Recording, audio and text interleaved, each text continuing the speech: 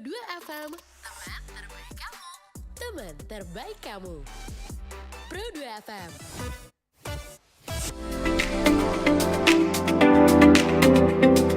Sesaat lagi kamu akan mendengarkan Obras Obrolan Sepadan.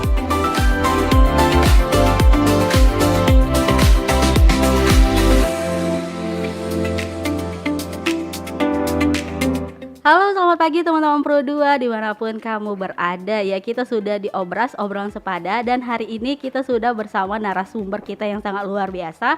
Ada Bapak Kepala Badan Penanggulangan Bencana Daerah Kabupaten Ende nih teman-teman Pro2. Ada Bapak Marcelus Ecclesianus Meta nih teman-teman yang sudah hadir. Dan kita akan membahas sampai jam 10 nanti tentang siaga bencana dimulai dari generasi muda pastinya. Baik, sebelumnya kita sapa dulu kepada Bapak Marcelus. Halo Bapak, selamat pagi. Pagi RRI Pro 2 ND ya? Iya, benar sekali. Pagi semua pemirsa Pro 2 RRI ND. Wah, bagaimana kabarnya Pak di hari ini? Ya lumayan baik, cukup menantang karena beberapa peristiwa bencana mulai triwulan akhir 2025 sampai awal 2026 ini terus terjadi. Demikian. Iya, benar sekali ya Pak. Dan karena sesuai dengan topik kita nih, siaga bencana yang dimulai dari generasi muda. Menurut Bapak nih apa sih peran penting generasi muda mengenai siaga bencana ini sendiri? Untuk peran generasi muda sesuai dengan tahapan bencana itu bisa kita optimalkan baik mulai pra bencana, kemudian di saat terjadi bencana maupun pasca bencana. Nah, anak muda ini kan bisa mengisi peran mulai dari misalnya di saat pra bencana. Nah, kami mulai mengoptimalkan peran generasi muda mulai daripada tingkatan sekolah dengan kita pembentukan satuan pendidikan aman bencana.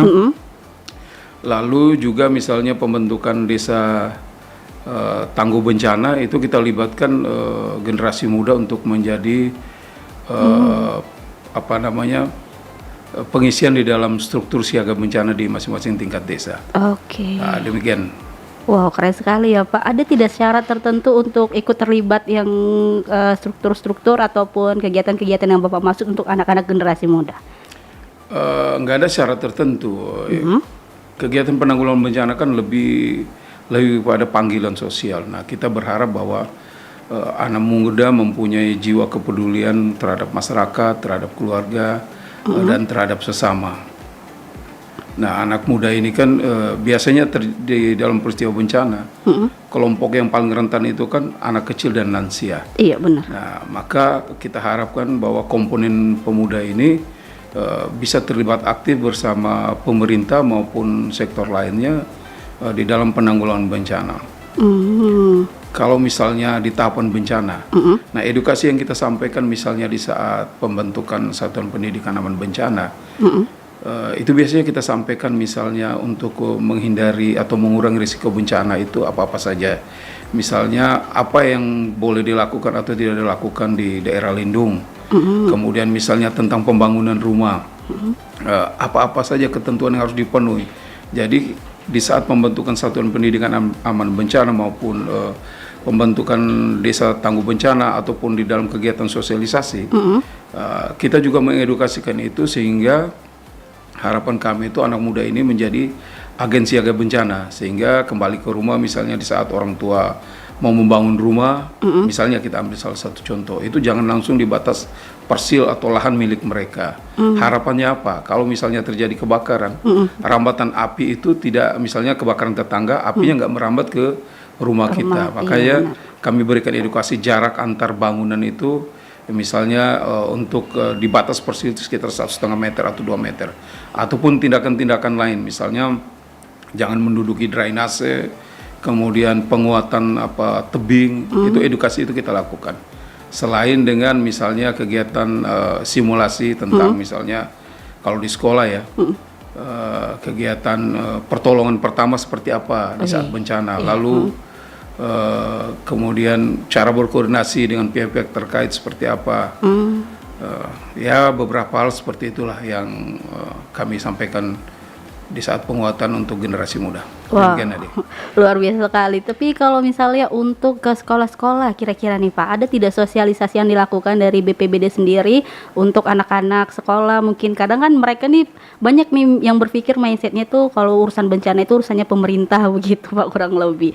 Jadi pernah tidak dilakukan untuk sosialisasi seperti itu, Pak? Untuk sosialisasi sering kita lakukan, baik yang misalnya sumber pendanaan dari BPBD Kabupaten, BPBD Provinsi, ataupun sumber pendanaan dari OPD lain, misalnya dari kepolisian, dari TNI, misalnya beberapa dari kepolisian itu kami lakukan sosialisasi bahkan di tingkat dini dari TK, SD, terus yang dari TNI juga begitu, ataupun dari teman-teman BUMN itu tetap kami lakukan sosialisasi kepada teman-teman pemuda. Demikian. Wih, keren sekali ya. Oke deh, kita bahas ke era media sosialnya nih Pak. Bagaimana anak muda bisa berperan menyebarkan kebencanaan yang benar dan tidak hoax? Karena kan pernah ada satu peristiwa di mana contoh nih angin kencang nih di daerah Inde, tiba-tiba ada media sosial yang mengeluarkan video angin kencang ada di luar negeri contohnya. Jadi seakan-akan banyak masyarakat yang mengira itu adanya di Inde begitu Pak. Baik, terima kasih. Nah, anak muda ini kan mempunyai komponen populasi yang cukup besar. Benar. Di daerah kita, dan kemudian mereka ini yang paling bahasa Jawanya itu orang paling mengerti tentang media sosial, dan tidak bisa kita pungkiri bahwa sekarang penyebaran informasi baik yang benar maupun tidak itu tuh cepat sekali di medsos, termasuk informasi hoax. Nah, kami akhir-akhir ini sering memberikan selain di edukasi secara formal di tingkat lembaga pendidikan, juga itu kita dorong dengan memberikan himbauan bupati terkait dengan peringatan dini untuk paling kurang mengimbangi. Nah, harapannya adik-adik pemuda baik yang di tingkat sekolah maupun yang sudah masuk ke jenjang perkuliahan itu bisa meneruskan informasi ini kepada masyarakat. Tetapi puji Tuhan memang kita lihat untuk melawan hoaks akhir-akhir ini masyarakat lebih teredukasi karena kita penetrasinya juga cukup kuat, baik melalui Pak Camat, Pak Lurah. Nah, beberapa kali ini kan kami juga pernah memberikan sosialisasi maupun simulasi di tingkat kelurahan melalui Karang Taruna. Beberapa kelurahan sudah melakukan itu. Jadi harapannya memang penanggulangan bencana ini kan nggak bisa pemerintah sendiri ya. Benar. Jadi semua komponen berperan. Termasuk kepemudaan, dan ini membutuhkan perhatian berbagai sektor. Misalnya kalau kita lihat unsur penanggulangan bencana ini kan ada di zaman Pak Joko kita mendorong pentahelix ya. Jadi ada pemerintah yang terdiri dari kita Pemda, TNI Polri dan lain-lain, lalu pelaku usaha, klasternya bisa BUMN, BUMD, kemudian pelaku usaha lokal, lalu komponen jurnalis. Nah, kita berterima kasih teman-teman RRI maupun teman-teman lain. Sekarang relasinya dengan kami BPBD sangat intens, ya, terus memberikan himbauan maupun memberitakan apa-apa yang telah kami lakukan. Dan terkait dengan komponen masyarakat yang menjadi bagian dari pentahelix itu, kami bersyukur bahwa komponen pemuda ini sudah cukup yang teredukasi. Dari data yang kami himpun sekarang ya, itu total satuan pendidikan aman bencana itu yang sudah kita bentuk itu kurang lebih, saya lihat lagi datanya itu sekitar hampir saya lihat datanya hampir 200-an SPAB yang kita bentuk ya. Itu belum termasuk di komponen pemuda yang kita bentuk di Desa Tangguh Bencana. Demikian tadi. Luar biasa sekali, begitu banyak teman-teman Pro 2 itu ya tadi, karena memang era media sosial nih kadang-kadang saat bencana terjadi ya teman-teman Pro 2, justru informasi simpang siur tuh bikin panik kita kan, karena yang mana yang benar, yang mana yang salah. Nah, untuk tipsnya nih dari Bapak sendiri nih kira-kira agar anak muda tetap tenang dan cerdas menyikapi segala informasi itu bagaimana? Ya, di saat edukasi maupun sosialisasi itu selalu kami sampaikan bahwa selalu menggunakan kanal-kanal resmi pemerintah. Ya.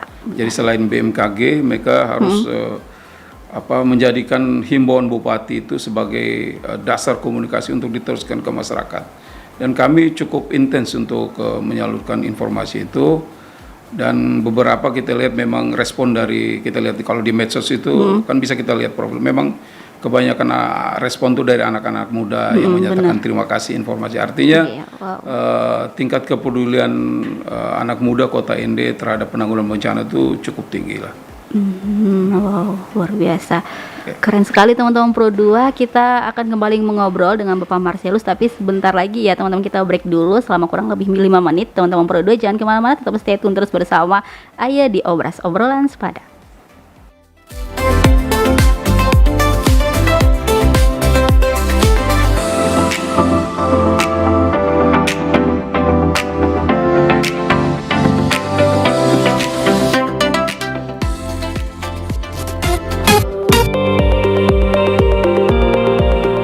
Hal penting yang harus kamu hindari dan jangan dilakukan saat terjadi gempa bumi. Berdasarkan instruksi dari National Information Center of Earthquake Engineering, hal pertama yang harus dihindari adalah lari terburu-buru ke arah pintu atau tangga untuk menyelamatkan diri. Tindakan ini jangan dilakukan secara terburu-buru. Jika terburu-buru, kamu bisa jadi tidak memperhatikan apakah pintu dan tangga yang akan kamu lalui benar-benar aman untuk dilalui. Hal ini untuk menghindari seandainya kondisi pintu atau tangga kemungkinan hancur atau kondisinya membahayakan.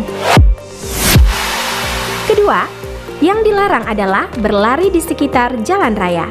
Tiang lampu atau papan yang ada di sekitar kamu sangat berpotensi jatuh dan menimpa kepala kamu. Dari puncak durian nomor 1 ND 92,2 MHz Pro 2 FM ND, teman terbaik kamu. Teman terbaik kamu. Pro 2 FM.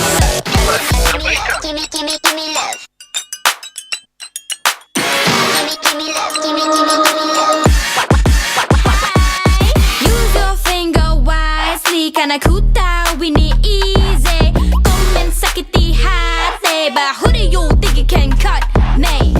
Gonna hate, love is gonna love. Typing this, typing that. You gotta spread the heart, not the hate. Click on the click with the laugh, laugh, laugh. Say what you wanna say. You're always left behind me. Say what you wanna say. You're never gonna break me. Ain't got nothing on me. Run while you still can. Catch me if you can. See me at the top. Oh, I'm so big like King Kong. Don't make your hair, it's too long. You still a kid, go watch ping pong.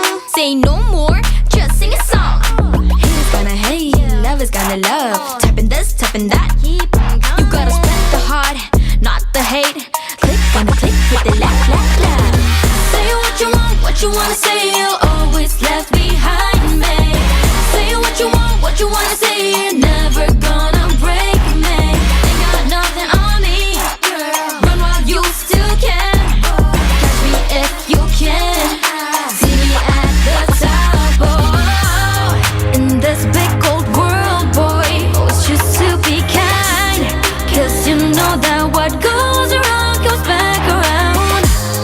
Keep your feet on the ground, girl. Be true to yourself. 'Cause you know that. Give me love. Say what you wanna say. You're always left behind me. Say what you wanna say. You're never gonna break me. Ain't got nothing on me, girl. Run while you still can. Catch me if you can. See me at the top. Oh, say what you wanna say. You're always left behind me. Say what you wanna say. You're never gonna break me. Ain't got nothing on me, girl. Run while you still can. Catch me if you can. See me at the top.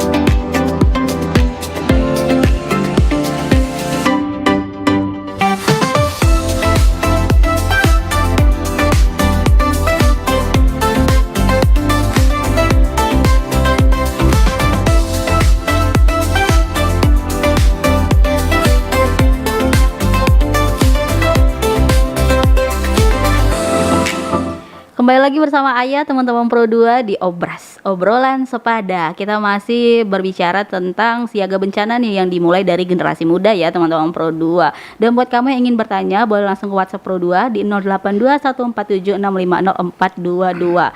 Ingat teman-teman Pro 2, kita sampai jam 10 aja nih. Jadi kalau lewat di jam itu kamu mau bertanya, nanti siapa yang mau menjawab ya teman-teman Pro 2. Jadi pastikan sesuai jamnya atau jadwalnya. Dan ini ya teman-teman Pro 2, kita akan balik ke Bapak Marcelus nih, masih standby dengan kita. Dan Pak, tadi kan sudah kita bahas nih mengenai satuan pendidikan untuk anak-anak muda, generasi muda. Jadi ada tidak nih kira-kira contoh nyata kontribusi anak muda yang pernah membantu BPBD sendiri saat terjadi bencana? Baik, terima kasih. Peran konkret yang dilakukan pemuda ND misalnya untuk pengurangan risiko bencana, kita lihat di saat Pak Bupati dan Pak Wakil dilantik kurang lebih bulan Februari atau Maret 2025 kemarin, itu aktif sekali peran pemuda, baik kelompok-kelompok dance, kelompok-kelompok remaja lain ataupun maupun utusan sekolah. Misalnya pembersihan lingkungan sempadan sungai, sempadan pantai. Nah, beberapa hal termasuk pengikutsertaan di dalam penyaluran bantuan kita lihat bersama Ibu Ketua PKK maupun Ibu Wakil Ketua PKK. Nah, kedepannya memang di dalam edukasi yang kami sampaikan di Satuan Pendidikan Aman Bencana maupun di Istana ataupun simulasi lain, kami mendorong dan tentu berterima kasih lah. Kita lihat kalau beberapa peristiwa misalnya terjadi di Leotobi, kemudian terjadi di Mauponggo maupun yang di luar NTT. Nah, kita lihat itu kan partisipasi pemuda ya, baik secara kelembagaan, kelompok-kelompok yang non formal maupun formal, itu kita lihat itu ada yang dengan semangat kemudian menggalang donasi bersama pemerintah, ada yang mereka salurkan sendiri, kemudian ada yang menyampaikan ke kami untuk diteruskan ke para pihak. Itu menjadi wujud konkret peran pemuda dalam penanggulangan bencana. Demikian. Oke, terima kasih. Dan ini Pak, saya bercerita tentang pengalaman yang saya alami. Ada salah satu bencana di Sumatera, itu gunung erupsi lah, gunung Merapi. Sinabung. Iya, dan beberapa desanya itu ketika mungkin sudah pihak BPBD itu untuk menghimbau untuk mengungsi karena sudah mungkin status siaga, tapi mereka tuh tidak mau meninggalkan tempat itu. Begitu. Jadi mereka tetap bertahan di sana, di satu desa itu, di bawah kaki gunung itu. Itu tanggapan Bapak bagaimana mengenai masyarakat yang seperti itu? Memang itu karena kita kurang melakukan penetrasi terhadap atau masyarakat, komponen masyarakat, terutama kalangan-kalangan yang mempunyai ikatan kuat terhadap budaya, terhadap keyakinan tertentu lah. Memang perkembangan teknologi antara pengetahuan yang ada di misalnya teman-teman yang lebih lansia dari kita dengan teman-teman generasi muda ini kan berbeda. Benar. Kalau dulu generasi tua hanya membaca tanda-tanda alam dengan keyakinan tertentu. Nah, sekarang generasi muda ini kan sudah semakin melek teknologi, informasinya juga cukup cepat. Nah, terkait aktivitas gunung berapi ini kan fluktuasi tingkat level ya, mulai dari normal, kemudian awas siaga atau awas itu ada itu parameter yang akan disampaikan oleh teman-teman Pusat Vulkanologi Mitigasi Bencana Geologi. Nah, pada status siaga 3 apabila pemerintah atau BPBD sudah menginstruksikan untuk segera evakuasi berdasarkan arahan dari PVMPG, maka harapannya itu pemuda itu menjadi agen.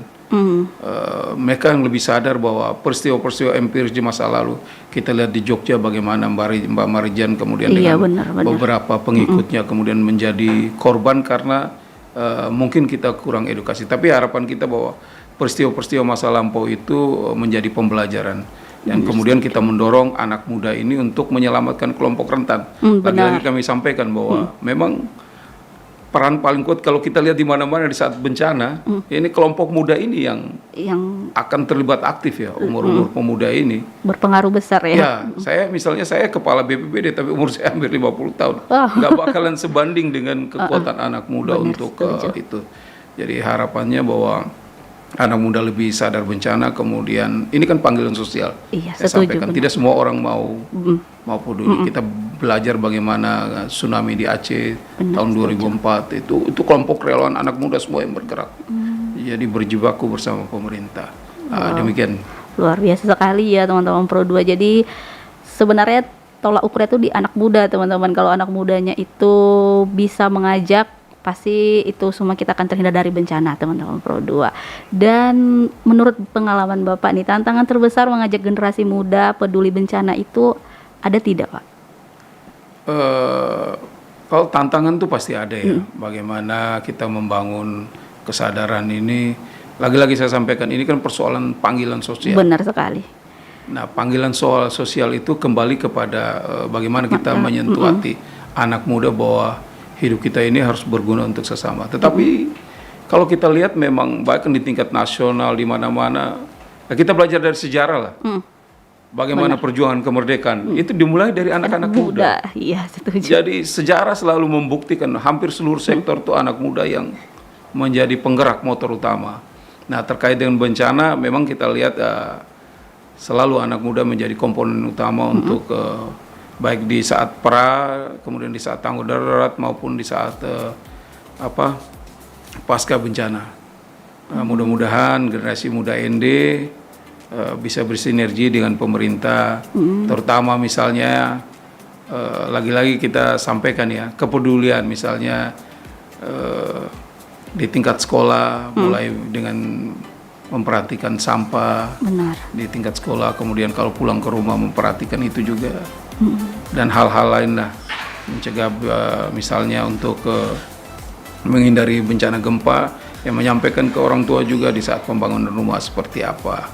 Edukasi seperti itu yang terus kami sampaikan di saat pembentukan satuan pendidikan bencana. Selain simulasi ya, simulasi kesiapan mereka, jadi pendidikan-pendidikan untuk mitigasi bencana itu kami sampaikan ke mereka. Berarti hal-hal dasar dari yang mulai hal kecil ya tadi Pak, seperti membangun rumah juga harus diperhatikan.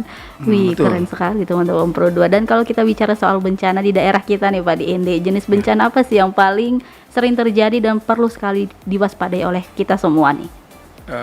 Dari sejarah kebencanaan di ND memang hampir seluruh jenis bencana itu ada di ND. Tetapi yang pengulangan yang tahunan itu tuh misalnya banjir, longsor, kemudian karena angin kencang, itu yang pengulangan tiap tahun. Apalagi kita lihat karena perubahan iklim, global warming ini, nah ada durasi yang semakin pendek dari El Nino maupun La Nina. Jadi kita lihat sering kekeringan sering terjadi. Kemudian hujan berlebih menyebabkan banjir sering terjadi.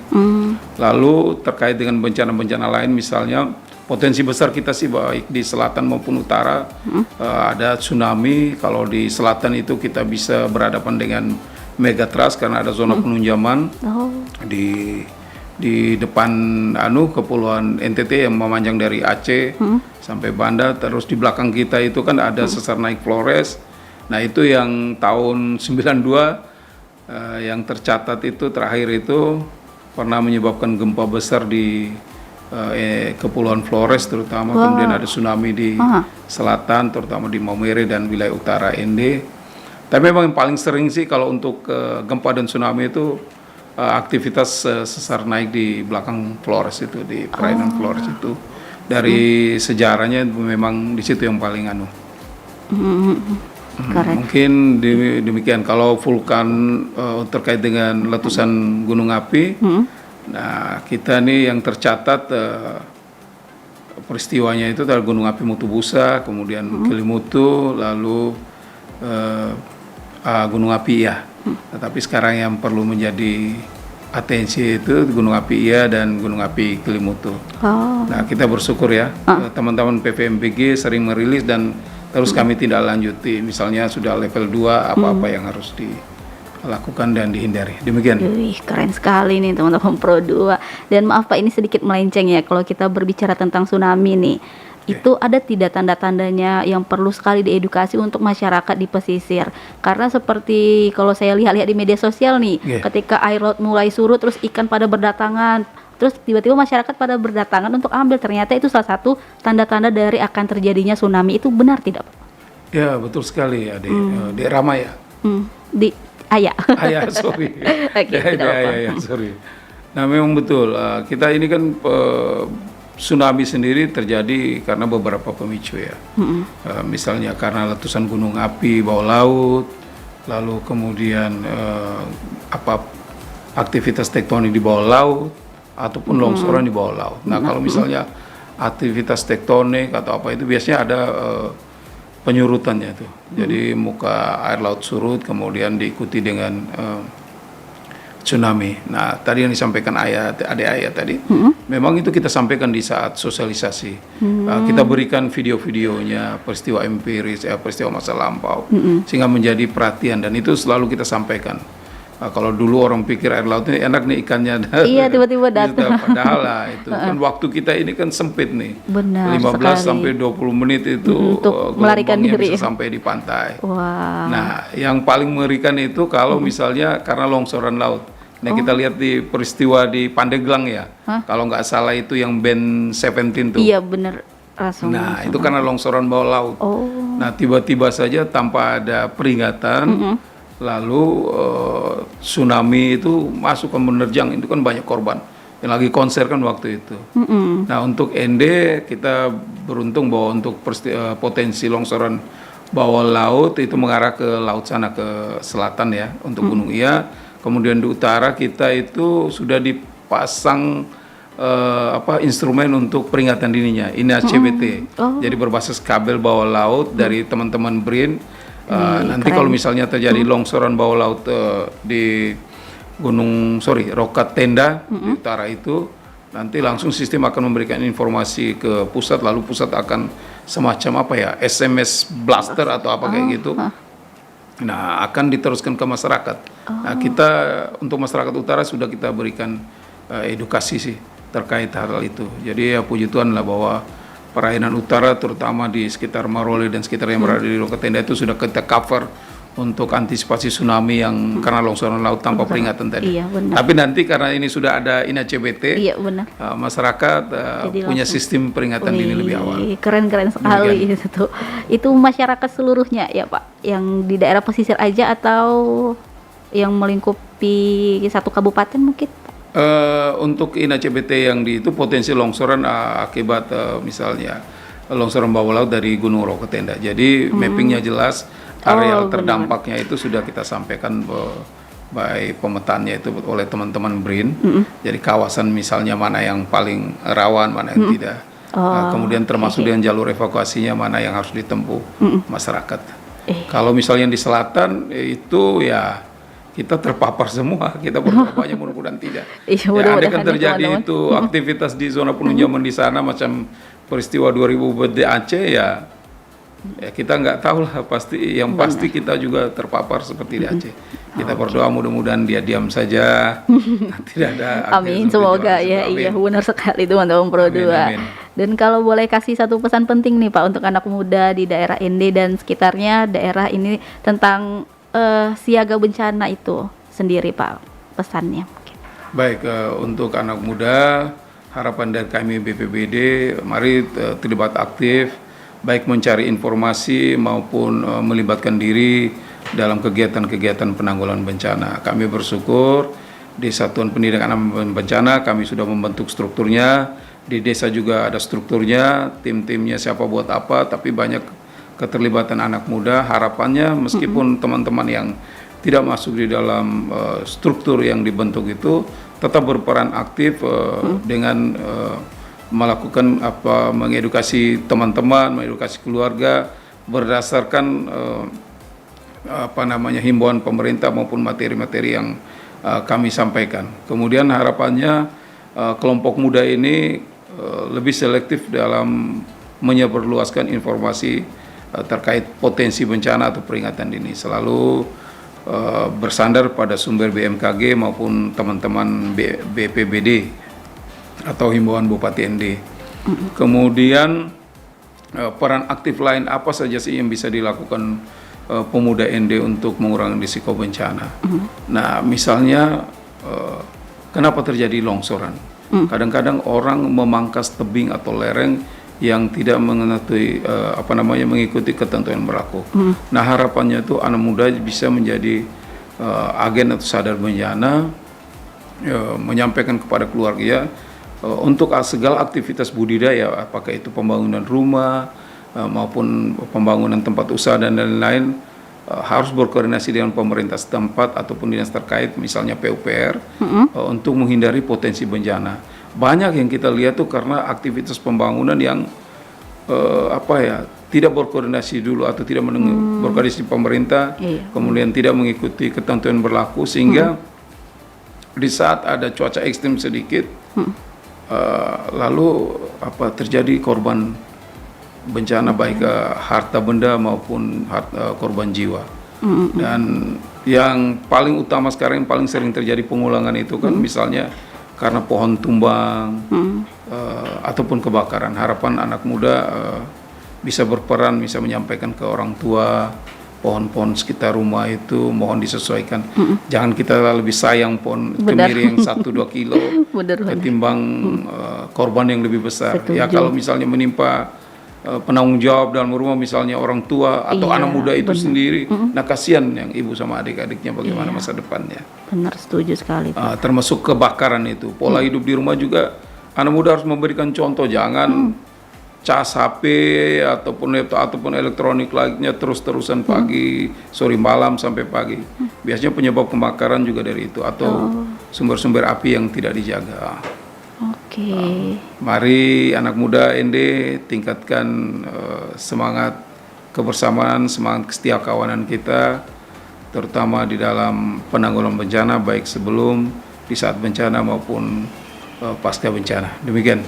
Oke, terima kasih luar biasa Bapak dan teman-teman Pro 2. Ini benar-benar sangat bermanfaat untuk kita semua ya, buat kamu juga yang mendengarkan. Semoga bisa ditiru ya, dan juga bisa kamu memberitahu nih kepada lingkungan sekitar apa-apa hal yang harus dilakukan untuk menghindari segala macam bencana yang tidak diduga-duga maupun disengaja ataupun tidak disengaja ya teman-teman Pro 2. Dan karena berhubung waktu kita sudah di pukul 9:52 teman-teman Pro 2, jadi ini harus kita akhiri ya teman-teman Pro 2 karena sudah standby nih nanti penyiar selanjutnya untuk di Santai Siang. Dan saya ucapkan juga terima kasih untuk Bapak Marcelus yang sudah meluangkan waktunya untuk datang dan ngobrol dengan kita nih teman-teman Pro 2 mengenai tanggap bencana, apalagi khususnya untuk generasi muda.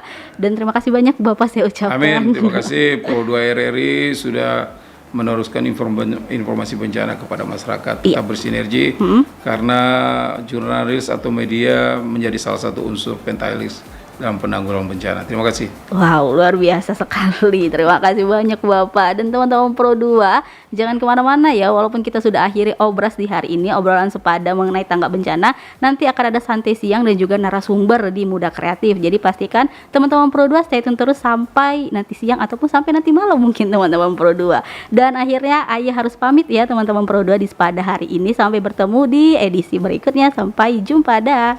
Ya.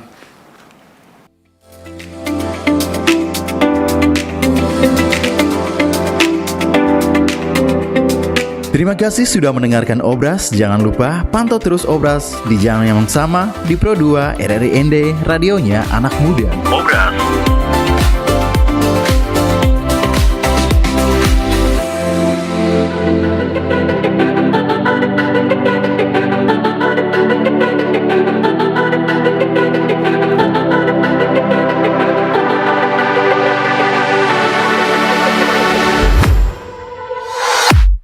I was a ghost, I was alone. 두어진 길 속에 given the throne, I didn't know how to believe.